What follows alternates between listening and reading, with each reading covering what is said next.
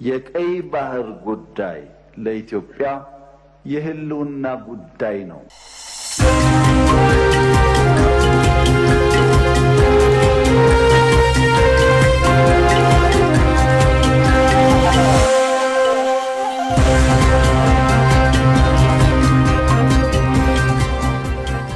የሩዋንዳ ተቃዋሚ መሪ ቪክቶር ኢንጋቢር የታጣቂ አማጺ ቡድን በማቋቋም ተጠርጥረው መንግስትን ለመጣል አሲሯል በሚል በህግ ቁጥጥር ስር መዋላቸው ተነግሯል።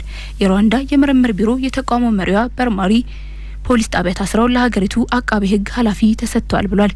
መሪዋ የታጠቁ አማጺ ቡድን በመመስረትና ህዝባዊ አመጽ ለመቀስቀስ የታቀዱ ተግባራትን ማቀድን ጨምሮ በተለያዩ ክስ ወንጀሎች ቀርቦባቸዋል ነው የተባለው። ኢራን የእስራኤልን ጥቃት ለማስቆም ከአውሮፓ ሀገራት መሪዎች ጋር ልትመክር መሆኑ ተነገረ። የእስራኤል ጠቅላይ ሚኒስትር ቤንያሚን ኔታንያሁ የኢራንን ጠቅላይ መሪ ለመግደልም ሆነ የኒውክሌር መሰረተ ልማቶቿን ለማውደግ ድጋፍ ባይሰጡንም እኛ አቅም አለን በሚል እየዛቱ ባለበት ወቅት ኢራን ከፈረንሳይ ከጀርመንና ከእንግሊዝ መሪዎች ጋር ልትመክር እንደሆነ ተነግሯል። የኢራን የውጭ ጉዳይ ሚኒስትር አባስ አርጋች ኢራን የኒውክሌር ማብለያን እያለማች ያለችው ለሲቪል መሰረተ ልማት ነው ሲሉ ተናግረው ከአውሮፓ መሪዎች ጋር በቀጣይ እንደሚመክሩ ተዘግቧል። ነገር ግን ለረጅም ዓመታት እስራኤል ኢራን የኒውክሌር ጦር መሳሪያ እየታጠቀች ነው በሚል ስትከስ ቆይታ በአሁኑ ወቅት እጅግ ዘመናዊ በሆኑ አሜሪካ ሰራሽ F-35 የጦር ጀት በመጠቀም የኢራን የጦር ጄኔራሎችን እንደገደለችና መሰረተ ልማቶችንም እንዳወደመች ቀጥላለች ተብሏል። አሁን ደግሞ ሰዓቱ ዓለም አቀፍ ትንታኔ የምናደምጥበት ነው። የኢራንና የእስራኤል ጦርነት የሩሲያና የዩክሬንን ጦርነት የሸፈነ ይመስላል። ለዓመታት የተካሄደውና እየተካሄደ የሚገኘውን ጦርነት ለማስቆምም የሚደረገው ጥረት እየተቀዛቀዘ ይመስላል። ከዚህ አንጻር የኪየቭ ባለስልጣናት ጥሪ ያቀረቡ ሲሆን የሩሲያ ምጣኔ ሀብትም ቢሆን እየተፈተነ ነው ተብሏል። እነዚህና ተያያዥ ጉዳዮችን በዓለም አቀፍ ትንታኔያችን እንመለከታለን። ማቆሚያ የታጣለት የሩሲያና ዩክሬን ጦርነት አሁንም ተባብሶ እንደቀጠለ ነው። እንደ አውሮፓውያኑ የዘመን አቆጣጠር ፌብሩዋሪ 24 2022 የተጀመረው የሩሲያና ዩክሬን ጦርነት ዛሬ 1213ኛ ቀኑን ይዟል። ጦርነቱ 4ኛ ዓመቱን እያዘ ቢሆንም ሁለቱ ሀገራት ማለትም ሩሲያና ዩክሬን ዛሬም የሚሳኤልና የድሮን ጥቃቶችን እየተለዋወጡ ቀጥለዋል። በተለይም ሩሲያ በዩክሬን የኦዴሳና የካርኪቭ ግዛቶች ላይ አዲስ የድሮን ጥቃቶችን መክፈቷ የተገለጸ ሲሆን የሩሲያ ምጣኔ ሀብትም አንዳች ማሽቆልቆል ታይቶበታል ተብሏል። በሌላ በኩል ደግሞ ካለፈው ሳምንት ጀምሮ በእስራኤልና ኢራን መካከል እየተካሄደ ባለው ጦርነት ምክንያት ለዓመታት ከሩሲያ ጋር ያለ ረፍት እየተዋጋች ያለችውን ዩክሬንን መርሳት አይገባም ሲሉ የኪየቭ ባለስልጣናት እያሳሰቡ ነው። ይህንንና ተያያዥ ጉዳዮችን በዛሬው ዓለም አቀፍ ትንታኔያችን እንመለከታለን።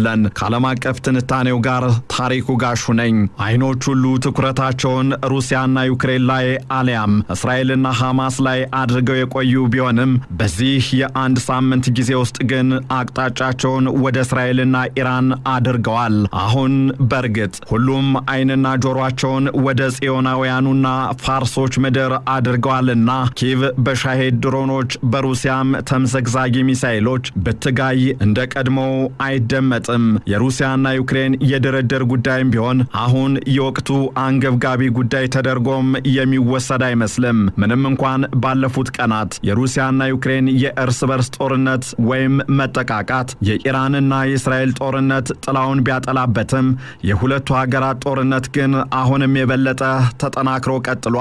ሀገራቱም ከዕለት ዕለት የሚፈሰው ደም የበቀል ዙሩን እያከረረው እልህ መጋባቱንም ይበልጥ እያጦዘው የሩሲያ ሰይፍም ወደ ሰገባው የዩክሬን ጣቶችም ምላጭ ከመሳብ አልተመለሱም። እናም ባለፈው ሳምንት ሩሲያ በዩክሬን በተሰነዘረባት የሸረሪት ድር ዘመቻ ደግሞም ወደ 23 የሚሆኑ የጦር ጀቶችን ያጣችው ሩሲያ በዩክሬን መዲና ኪየቭ ላይ በሰነዘረችው የበቀል ጥቃት የሐዘን ቀን አውጃ የነበረች ቢሆንም በደቡባዊ ዩክሬን በምትገኘው የኦዴሳ ግዛት እንዲሁም ካርኪቭ አካባቢዎች ዛሬም የድሮን ጥቃቶች ተስተናግዶባቸዋል። በዚህም የኪየቭ ባለስልጣናት የኢራንና የእስራኤል ጦርነት እየተካሄደ ስለሆነ ዩክሬንን መርሳት አይገባም ሲሉ ጥሪ እያቀረቡ ይገኛሉ። በእርግጥም የሩሲያና ዩክሬን ጦርነት ከሰሞኑ ትኩረት የተነፈገው ይመስላል። ለምን ቢባል ደግሞ ገና ወደ ነጩ ቤተ መንግስት ለመመለስ ለመመለስ የሚያስችል ድምጽ ከአሜሪካ መራጮች ለማግኘት የምርጫ ቅስቀሳ ሲያደርጉ ጀምሮ ወደ ስልጣን በተመለሱ በ24 ሰዓታት ውስጥ ብቻ ጦርነቱን እንደሚያስቆሙ ሲናገሩ የነበሩት ፕሬዝዳንት ዶናልድ ትራምፕም ቢሆኑ አሁን በየቀኑ ስለ ዩክሬንና ሩሲያ ጦርነት ማብቂያ መንገድ ተደጋጋሚ አስተያየቶችን ሲሰነዝሩ እየተደመጡ አይደለም።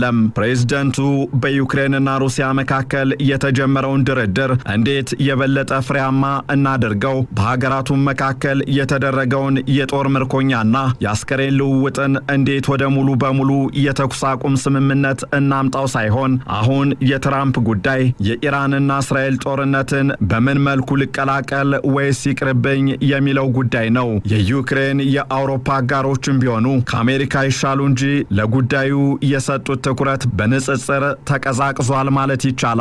እናም የዩክሬን ባለስልጣናት በእስራኤልና በኢራን ጦርነት ምክንያት እኛን አትርሱን ሲሉ ዛሬ ጥሪ ያቀረቡትም በበቂ ምክንያት ይመስላል።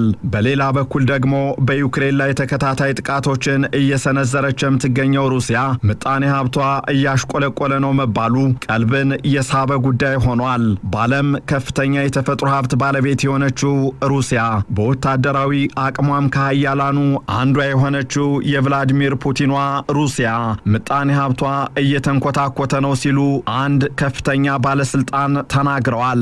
ያቺ ከ28,000 በላይ ማዕቀቦች በአሜሪካና በሌሎች ምዕራባውያን ተጥለውባት ባለፈው ዓመት የ4.3 በመቶ ዓመታዊ የምጣኔ ሀብት እድገት ያስመዘገበችው ሩሲያ አሁን ግን ጉዟ ወደ ኋላ መንሸራተት ሆኗል ሲሉ የገለጹት ደግሞ የፕሬዝዳንት ቭላዲሚር ፑቲን የቅርብ ሰው የሆኑት ደግሞም የምጣኔ ሀብት ሚኒስትር የሆኑት ማክሲም ሬሽቲኒኮቭ ናቸው።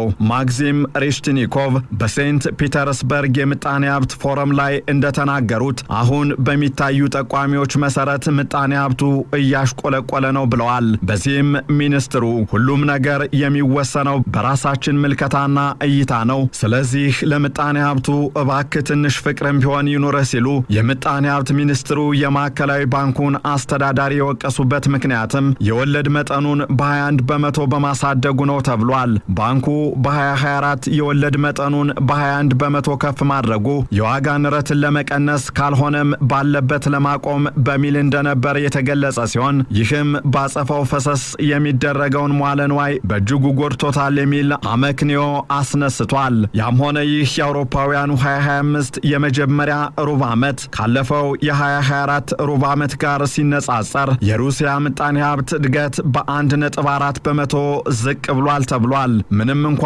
ማንኛውም ለተከታታይ ዓመታት በጦርነት ውስጥ ያለ ሀገር የምጣኔ ሀብት ማሽቆልቆል ሊታይበት የሚችል ቢሆንም ሩሲያ ግን ታምራዊ በሚመስል መልኩ ጭራሽ እስከ 4.3 በመቶ ዓመታዊ እድገት ማስመዝገብ የቻለችውን አቆይታለች።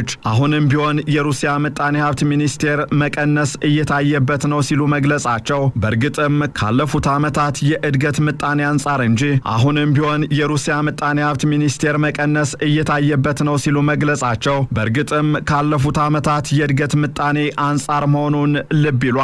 የሆነው ሆኖ እንደዚህ አይነቱ የምጣኔ ሀብት ንጽጽራዊ ማሽቆልቆል ዩክሬንን ጨምሮ ለአሜሪካና ምዕራባውያን ሀገራት በእጅጉ የሚያስፈነድቅ ዜና ተደርጎ የሚወሰድ ነው። ለምን ቢባል ደግሞ የሩሲያው ፕሬዝዳንት በአንድ ወቅት ስብስብ ምዕራባውያን ወይም ዘ ኮሌክቲቭ ዌስት ሲሉ የጠሯቸው ከአሜሪካ እስከ እንግሊዝ፣ ከካናዳ እስከ አውስትራሊያ፣ ከፈረንሳይም እስከ ጣሊያን እንዲሁም ሌሎች በርካታ ሀገራት በሩሲያ ነዳጅ ላይ ማዕቀብ ሲጥሉ በቢሊዮን ዶላር የሚቆጠር የሩሲያን ተቀማጭ ገንዘብም ሲወርሱ ዋነኛ ዓላማቸው የሞስኮን ምጣኔ ሀብት ማንኮታኮት በመሆኑ ነው። እናም ይህንን አይነቱ የሞስኮ ምጣኔ ሀብት ንጽጽራዊ ማሽቆልቆል የሞስኮን ፈርጣማ ወታደራዊ ጡንቻ በከፍተኛ ደረጃ ያዳክመዋል።